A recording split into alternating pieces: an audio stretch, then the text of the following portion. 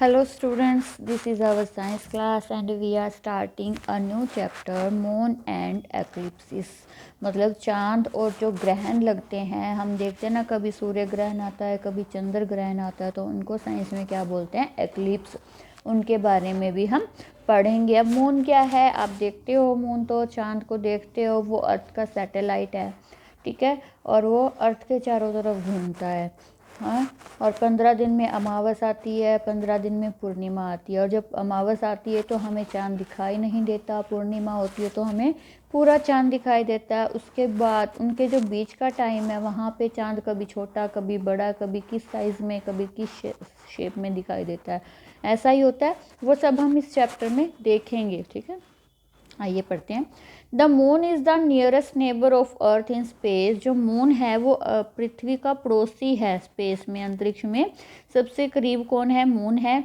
It is about 3,86,000 kilometres away from the earth. Earth से कितनी दूर है ये? 3,86,000 किलोमीटर दूर है। It is smaller than earth. Earth से बहुत छोटा है। The moon revolve around the earth. और मून अर्थ के चारों तरफ घूमता है। And is called a natural satellite of earth. और इसे अर्थ का प्राकृतिक उपग्रह कहते हैं। Moon has no air. Moon पर कोई एयर नहीं है, कोई वाटर नहीं है, इसीलिए वहाँ पर कोई जिंदा भी नहीं रह सकता।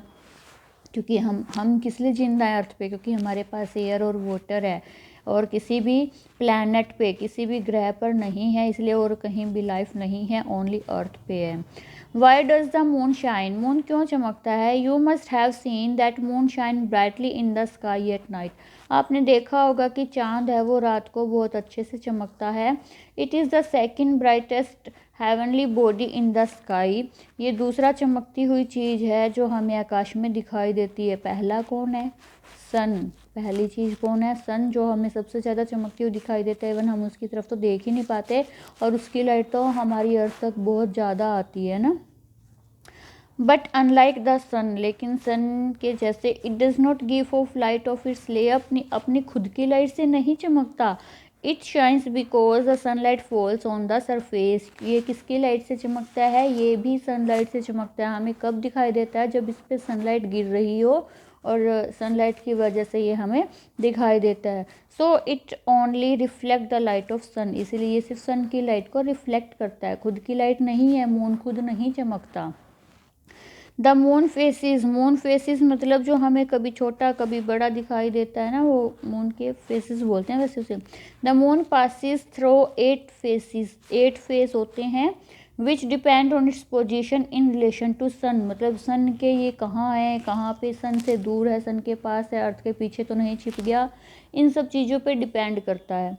The shape during a particular phase depend on lighted part that can be seen by us from the earth. और जितने हिस्से पे इसके सनलाइट गिरती है, उतना ही हिस्सा हमें दिखाई देता है मून का। The lighted part of moon seems to change from day to day. और जो हमें चांद दिखाई देता है वो हर रोज़ अपनी शेप चेंज करता है। When we see the complete moon, जब हमें पूरा चांद दिखाई देता है, पूरा, it is called full moon day और पूर्णिमा। इसे फुल मून डे या पूर्णिमा कहते हैं। When we do not see the lighted face of moon, जब हमें कोई चांद दिखाई ही नहीं देता, it is called new moon day और अमावस्या। उसे न्यू मून डे या अमावस्या बोलते हैं। In between the full moon day and new moon day, मतलब पूर्णिमा और अमावस के बीच में, the moon changes its shape. उसकी शेप चेंज होती रहती है। Soon after the new moon day, अमावस के बाद, we see a very thin part of lighted part. हमें सिर्फ ऐसे एक लाइन सी दिखाई देती है। It is called crescent moon. उसे क्या कहते हैं? Crescent moon. Then the visible part of moon start increasing. धीरे धीरे वो साइज बढ़ता रहता है। It is called waxing. उस बढ़ने को, साइज बढ़ने को क्या कहते हैं? Waxing. After a few days half moon become visible. कुछ दिनों बाद हमें आधा चांद दिखाई देता है। And then we see full moon. तब हमें फिर एक पूरा चांद दिखाई देता है। किस दिन? पूर्णिमा के दिन। आफ्टर फुल मून डे, पूर्णिमा के बाद, विजिबल स्टार्ट डिक्रीजिंग। जो चांद है वो छोटा छोटा होना स्टार्ट हो जाता है। Then the moon is referred as to waning gibbous. तब उसको छोटे होने को क्या कहते हैं? Waning gibbous. The moon is smaller than the sun though it looks of same in size, जो चाँद है हमें वो सूरज की तरह दिखाई देता है, सूरज जितना दिखाई देता है, लेकिन जो चाँद है वो बहुत छोटा है। This is because the moon is much closer to us than the sun. हमें फिर भी वो बड़ा क्यों दिखाई देता है? क्योंकि सूरज तो हमसे बहुत बहुत बहुत ज़्यादा दूर है, लेकिन चाँद हमारे बहुत पास है। अब देखिए यहाँ पे अमावस है, ठीक है, हमें यहाँ से चाँद नहीं दिखाई देता। उसके बाद हमें थोड़ा सा दिखाई देगा, फिर हमें थोड़ा सा और बड़ा दिखाई देगा, हाफ हो गया, फिर इस तरह से दिखाई देगा जो वाइट पार्ट है वो, फिर पूरा दिखाई देने लग जाता है, उसे पूर्णिमा कहते हैं, फिर ऐसे कम होना स्टार्ट हो जाता है ना। तो इस तरह से हमें चाँद दिखाई देता है। इतना चैप्टर आपको रीड करना है, कोई भी प्रॉब्लम हो तो पूछना है।